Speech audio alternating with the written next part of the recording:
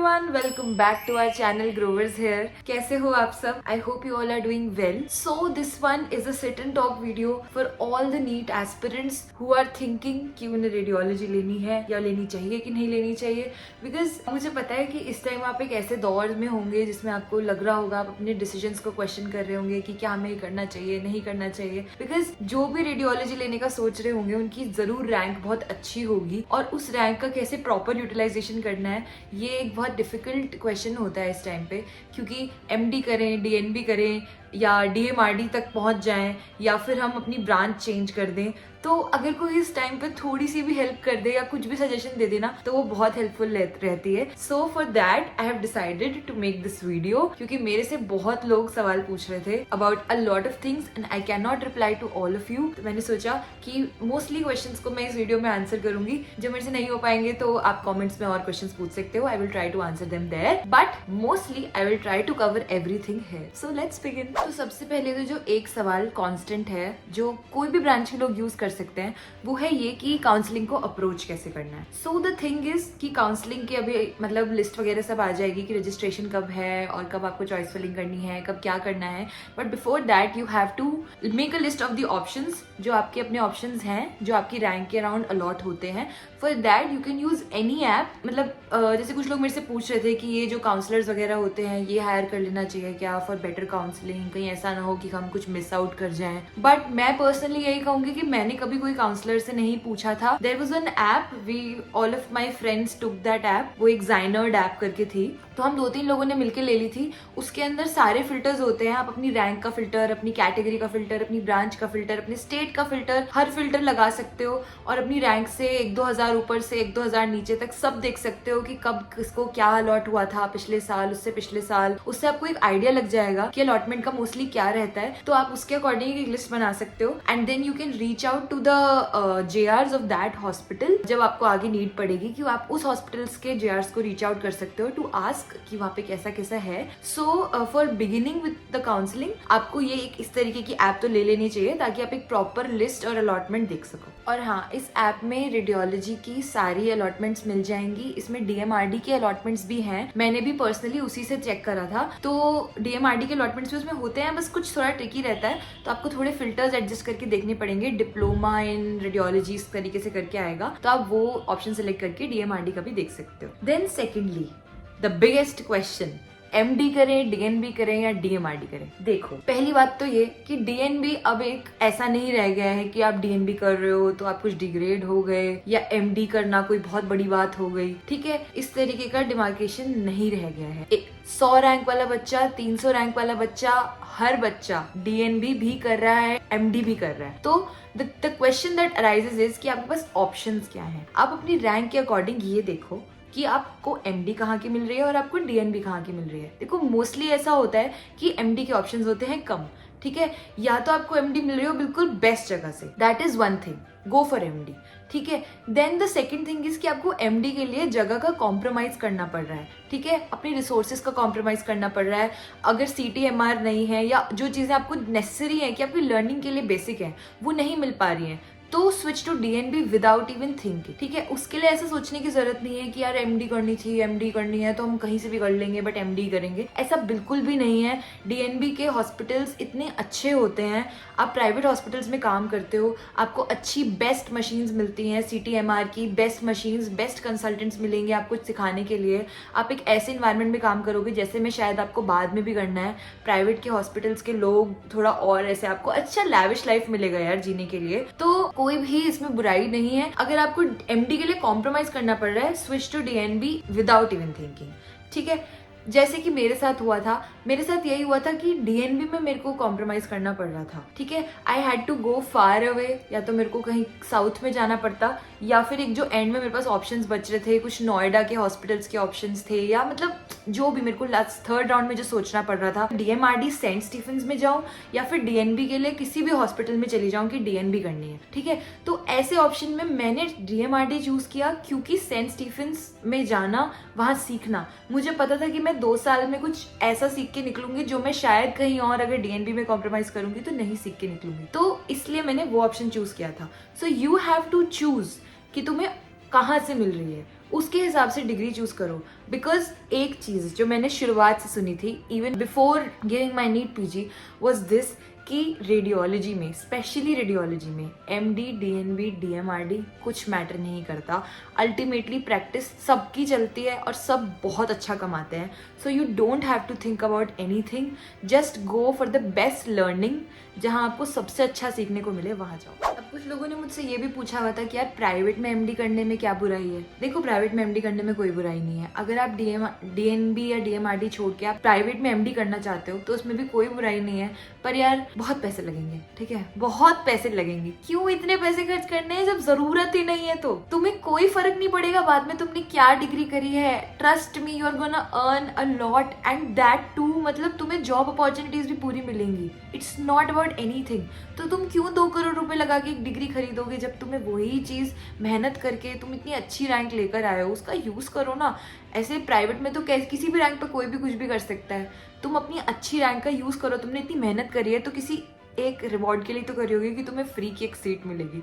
So my personal opinion is this. बाकी बहुत लोग एक अच्छी रैंक पे प्राइवेट हॉस्पिटल से भी उठाते हैं, प्राइवेट कॉलेजेस से उठाते हैं, तो वो अपनी चॉइस है। बट मेरी चॉइस तो यार यही थी कि क्यों इतने पैसे खर्च कराने। नाउ फॉर माई हॉस्पिटल और डीएमआरडी और डीएनबी के लिए कुछ स्पेसिफिक क्वेश्चंस थे, वो मैं बता देती हूँ। तो सेंट स्टीफन से रिलेटेड सबसे पहले रेजिडेंसी और वर्क कल्चर कैसा है। देखो, मोस्टली डीएनबी डीएमआरडी में टॉक्सिक वर्क कल्चर नहीं होता है। ठीक है, सेंट स्टीफन का मैंने शुरुआत से यही सुना था कि यहाँ काम बहुत है, काम बहुत है, विच इज ट्रू, काम है। एंड रेजिडेंसी में काम से नहीं भागना। ठीक है, जहाँ ज्यादा काम है वहीं जाना है, तो it is a good option. Work culture ऐसा है कि सब बहुत प्यार मोहब्बत से काम करते हैं। ठीक है, mostly every day is good.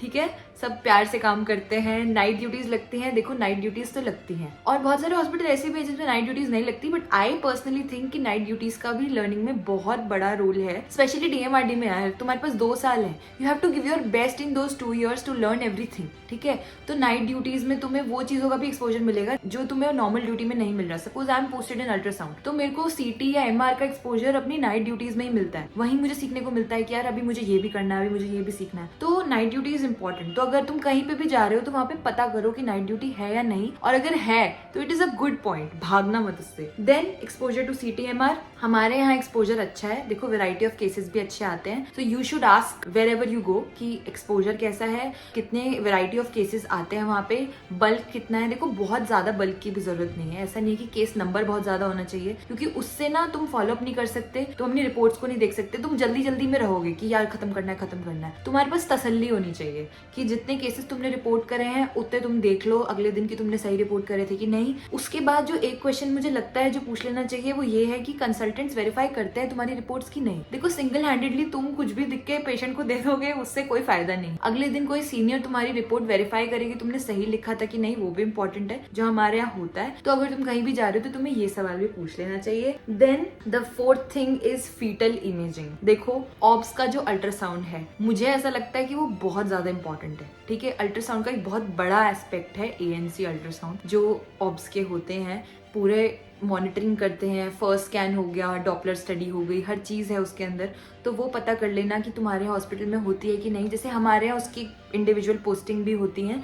तो मैंने बहुत सारे लोगों को देखा है जो बाहर के अच्छे हॉस्पिटल से डीएनबी वगैरह करके आके भी हमारे यहाँ एसआरशिप करते हैं, क्योंकि उनको उस चीज़ का एक्सपोजर नहीं मिला होता। तो ये भी पता कर लेना एक बार कि वो है या नहीं। Then the last thing is stipend और अकोमोडेशन। देखो, स्टाइपेंड हमारी 60,000 है। ठीक है, बहुत कम सुनाई देगी, जगह जगह पे वेरी करता है, सब जगह की अलग अलग है। डीएनबी की मोस्टली ठीक ठीक ही रहती है, बहुत ज्यादा नहीं जाएगी, बट पता कर लेना। देखो, स्टाइपेंड मैटर नहीं करती है, तुम्हें सीखना है तुम अपना सीखो, और 60,000 भी एक महीने के लिए बहुत होते हैं। ठीक है, तो पता कर लेना। देखो, जहाँ पे भी जाओ वहाँ पता कर लेना। हमारी 60,000 है और अकोमोडेशन हमें साथ में मिलती है। तो एक ये प्लस पॉइंट है कि हमारे एक्स्ट्रा पैसे वहाँ नहीं खर्च हो रहे, क्योंकि बाहर रहना और सब कुछ करना, मतलब मैं बाहर ही रहती हूँ बट मेरा अलग है। बाकी सब लोगों के लिए जो एक अच्छा पॉइंट है वो यही है कि अकोमोडेशन फ्री है, मेस है, खाना खाने के लिए कोई बहुत एक्स्ट्रा पैसे खर्च करने की जरूरत नहीं है। तो एक उससे हमारे 20-25 हज़ार रुपए मुझे लगता है कि बच जाते होंगे, तो एक सैलरी में वो कॉम्पेंसेशन की तरह हो जाता है। तो पता कर लेना। बाकी जगह जगह वेरी करता है, कहीं अकोमोडेशन मिलेगा कहीं नहीं मिलेगा, तो उस हिसाब से होगा। देन कुछ डीएमआरडी को लेके क्वेश्चंस हैं, जैसे कि फेलोशिप्स में क्या हॉस्पिटल्स हमें कंसिडर करते हैं कि नहीं, या MD या DNB को प्रेफर करते हैं। देखो यार, मैं पर्सनली अभी तक उसमें गई नहीं हूँ तो मुझे बहुत ज्यादा तो नहीं पता, बट जितना मैंने सुना है ऐसा नहीं होता। ठीक है, तुम्हें हर जगह ऑलमोस्ट इक्वल प्रेफरेंस मिलेगी अनटिल एंड अनलेस तुम्हें गवर्नमेंट जॉब करनी है, जो कि मुझे लगता नहीं कि तुम्हें करनी है। तो वहां पे मुझे लगता है थोड़ा प्रेफरेंस और उसका रहता होगा, नहीं तो नॉर्मल जगहों पे नहीं है कोई प्रेफरेंस का। तुम्हें जॉब प्रेफरेंस भी मिलेगी, तुम्हें हर चीज का प्रेफरेंस मिलेगी, तो कोई ऐसा बायस नहीं होगा तुम्हारे साथ। सेकेंडली, जिन हॉस्पिटल्स में, जैसे ये क्वेश्चन भी था कि DNB और DMRD दोनों है, तो उसमें कहीं ऐसा तो नहीं कि DNB कैंडिडेट को प्रेफर करते हैं, ऐसा बिल्कुल नहीं होता। तुम सब लोग रेजिडेंट्स हो, तुम्हें सिर्फ रेजिडेंट की तरह देखा जाएगा, कोई नहीं सोचेगा कि तुम DNB हो या DMRD हो, ऐसा बिल्कुल नहीं होगा। सिर्फ तुम्हें 2 साल में सीख के निकलना है, उन्हें 3 साल में सीख के निकलना है, दैट्स इट। इसके अलावा कोई फर्क नहीं है। थर्डली, देखो लोगों ने मुझसे ये पूछा हुआ है कि स्टीफेंस के अलावा और DMRD कहाँ से कर सकते हैं। पहली बात तो ये देख लेना कि जहाँ DNB की सीट्स भी हो, कुछ 2-3 तुम लोग रेजिडेंट बन जा रहे हो, ऐसी जगह पे ले लेना। एंड अगर ऐसा कोई हॉस्पिटल है जो फेमस है, उस तरीके की जगहों को तुम प्रेफर कर सकते हो, अपने होम टाउन के आसपास प्रेफर कर सकते हो। ठीक है, ऐसी जगह मत लेना जहाँ पे कैंडिडेट्स कम हो या मतलब कुछ कम सालों से वहाँ पे चल रहा हो, एटलीस्ट 5 years तो यार हो ही गए हो वहाँ पे रेजिडेंसी चलते हुए, तो थोड़ा इजी रहता है चीज़ें करना, चीज़ें समझना। ठीक है, बाकी जो भी सवाल मैंने सब तुम्हें बताया है, ये है वो है ये है वो है, वो सारे ना जहाँ पे भी तुम्हें लग रहा हो कि मिल सकता है, वहाँ पे जाके रेजिडेंट से ज़रूर मिलना या कॉल पे बात कर लेना, जो भी ईजी पड़े वो कर लेना ज़रूर, बिकॉज ये बहुत बड़ा डिसीजन होता है। Although the fate is going to decide कि तुम्हें क्या मिलेगा। मेरे लिए भी ऐसे ही हुआ था, तुम्हारे लिए भी ऐसे ही होगा, कोई तुम्हारे हाथ पे कुछ नहीं है, लेकिन स्टिल तुम एक ऑप्शन, एक इन्फॉर्म्ड लिस्ट बना सकते हो। उसके लिए ऐप डाउनलोड कर लेना, वो वाली जो मैं बता रही थी। ठीक है, और उससे एक अच्छी सी लिस्ट बना लो, उन लिस्ट के अकॉर्डिंग जो भी तुम्हें लगता है कि मिलने की प्रोबेबिलिटी है, उन जगहों पे बात करके फिर एक अच्छी सी लिस्ट बनाना जो तुम्हें मिलने की प्रोबेबिलिटी है उस अकॉर्डिंग, और जो भी मिले वहां पे मन लगा के काम करना, यू विल डेफिनेटली रॉक। और जो लोग भी रेडियोलॉजी लेने का सोच रहे हैं, देखो बहुत अच्छी ब्रांच है और कोई दिक्कत नहीं है। बाकी अगर तुम्हारी बहुत ज़्यादा इच्छाएं ऐसी हैं कि तुम्हें डॉक्टर होने का पूरा ही थ्रिल चाहिए था और पूरा पेशेंट एक्सपोजर चाहिए, तो यार you can go for other branches also. लेकिन इसके अंदर देखो, तुम्हारा पेशेंट एक्सपोजर बस इतना ही रहेगा कि तुम अल्ट्रासाउंड करोगे, उससे पूछ लोगे अजी आपको दर्द कहाँ है, कहाँ दिक्कत हो रही है, दर्द कहाँ से कहाँ जा रहा है, कब से हो रहा है, थोड़ी वही सब बातें करके हम तो डॉक्टर वाली फीलिंग ले लेते हैं, उसमें ही बहुत मजा आता है। बाकी बढ़िया ब्रांच है। देखो, the one thing that I love about radiology is you know everything about something about everything. जैसे कि हमारे हॉस्पिटल में ना किसी भी डिपार्टमेंट में कोई भी चीज आती, कोई भी नया केस आता है, उसकी कुछ ना कुछ इन्वेस्टिगेशन तो होगी ही, या तो CT होगी, MR होगा या अल्ट्रासाउंड होगा। तो तुम्हें पता होगा कहीं ना कहीं कि यार पीड्स में वो बच्चा है उसको ये है, मेडिसिन में वो केस आया है उसको ये है। तो मतलब एक ना तुम्हारे ऊपर पूरा एक कंट्रोल रहता है हॉस्पिटल का कि यार हाँ, हम जब तक नहीं बताएंगे ना तब तक कोई कुछ नहीं कर पाएगा। और एक इन्फॉर्मेशन मतलब बहुत ज्यादा तुम्हारे पास नॉलेज का भंडार रहेगा, जिसके लिए तुम्हें ऑल तो पढ़ना पड़ेगा, बट नॉलेज का भंडार तो तुम बन जाओगे अल्टीमेटली वन डे। तो it is a nice branch for that. बाकी अगर मैं कुछ क्वेश्चंस नहीं आंसर कर पाई हूँ तो तुम कमेंट्स में डाल दो, मैं पक्का आंसर कर दूंगी। मैं कोशिश करूंगी कि मैं मोस्ट ऑफ इट आंसर कर दूं। Stay tuned for more. अगर और कुछ लगेगा ना ऐसा कि ज़्यादा है तो हम एक और वीडियो भी बना सकते हैं। बाकी अभी के लिए इतना ही। I hope you guys liked it. Thanks for watching. और हाँ, एक क्वेश्चन और था लोगों का, यही कि DNB का एग्जाम कैसे होता है, मुश्किल तो नहीं होता, पास करना मुश्किल होता है। देखो सुनो, DNB का जो एग्जाम है 2 पार्ट्स में होगा, थ्योरी और प्रैक्टिकल। थ्योरी मोस्टली तुम्हारा अपनी सिटी के अंदर होगा और प्रैक्टिकल के लिए तुम्हें दूर किसी हॉस्पिटल में जाना पड़ेगा। ठीक है, ये तो डिसाइडेड है पहले से। वो हॉस्पिटल तुम्हारा अननोन होगा, वहां जाके तुम्हें प्रैक्टिकल देना है। पासिंग रेट मोस्टली रेडियोलॉजी का ठीक ठाक है, रेडियोलॉजिस्ट फेल ज्यादातर नहीं होते। बाकी तुम यार पढ़ने वाले बच्चे हो, इतनी अच्छी रैंक लेके आए हो, पास फेल होने की क्या टेंशन ले रहे हो ही जाओगे पास भी। मतलब मैंने मोस्टली देखा है, मेरे सीनियर्स थे वो पास हो गए, मैं भी हो ही जाऊंगी होपफुली। बाकी अभी मैं पहले अपना एग्जाम दे दूं, पास हो जाऊं, फिर मैं इस चीज का अच्छा बेटर रिव्यू दे पाऊंगी कि पासिंग रेट क्या है। बट यार अब तो घुस गए हैं इस चीज में, तो कोई ऑप्शन नहीं है। So if you are getting it, do it. तुम मेहनत कर लोगे, तुम पास भी हो जाओगे, पासिंग रेट भी अच्छा है, और यार हमें इस लायक ही तो बनना है कि हम पास हो सके। So that's the whole point. So और मैं और टाइम नहीं ले सकती, मैं बहुत बोल के थक गई, मुझे पानी पीने की जरूरत है। So that's it for today. I hope you guys liked it.